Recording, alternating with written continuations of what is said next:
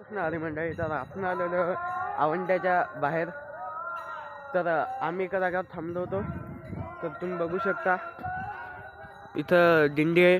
आणि मी म्हणलं तितक्याच वेळात आपण हे पहाड फिरून या, म्हणजे टेकडे होती एक. तर आम्ही चाललो आता इथं पहा म्हणलं कसं काय ते आपल्या पब्लिकला पण पाहायला अनुभवायला मिळते.